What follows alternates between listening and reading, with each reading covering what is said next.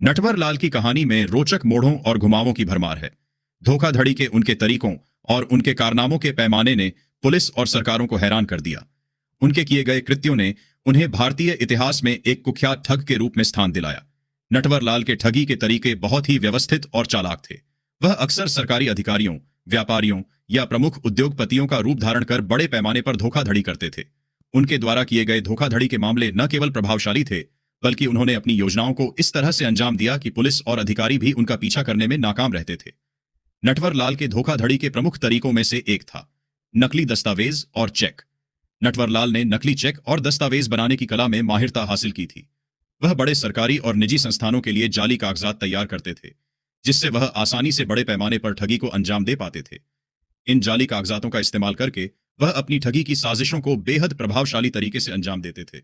उदाहरण के लिए, प्रसिद्ध ताजमहल बिक्री के मामले में नटवर लाल ने ऐसे दस्तावेज तैयार किए थे जिनसे यह दिखता था कि उसे इस ऐतिहासिक स्मारक को बेचने का अधिकार था। इस धोखाधड़ी में उसने ताजमहल को एक निजी संपत्ति के रूप में प्रस्तुत किया और उन दस्तावेजों के माध्यम से बड़े कारोबारियों को बेवकूफ बना लिया। यह घटना न केवल उसकी चतुराई को दर्शाती है, बल्कि भारतीय इतिहास में एक कुख्यात धोखाधड़ी के रूप में याद की जाती है। ठंडी रणनीति। नटवर लाल की रणनीतियां इतनी बेदाग और सुरक्षित थीं कि वह हमेशा मुसीबत से बचने में सफल रहते थे। वह कभी भी एक स्थान पर ज्यादा समय तक नहीं रहते थे और अपने शिकारों से हमेशा एक निश्चित दूरी बनाए रखते थे। इससे उन्हें पकड़ में आना बहुत मुश्किल होता था। उनकी यह ठंडी रणनीति उन्हें हमेशा पुलिस से एक कदम आगे रखती थी और वह अपनी धोखाधड़ी के मामलों को अंजाम देने के बाद आसानी से भाग निकलते थे। यह रणनीति नटवरलाल को पकड़ने में पुलिस के लिए लगभग असंभव बना देती थी। काल्पनिक पहचान और झूठी डीलें।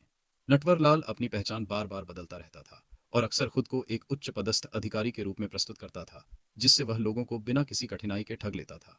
यह उसे लोगों के विश्वास को आसानी से जीतने और बड़े ठगी के सौदे करने में मदद करता था। उसकी चालाकियों के कारण ही वह बार बार कानून से बच निकलने में सफल होता था। इस प्रक्रिया में नटवरलाल ने भारी रकम इकट्ठी की।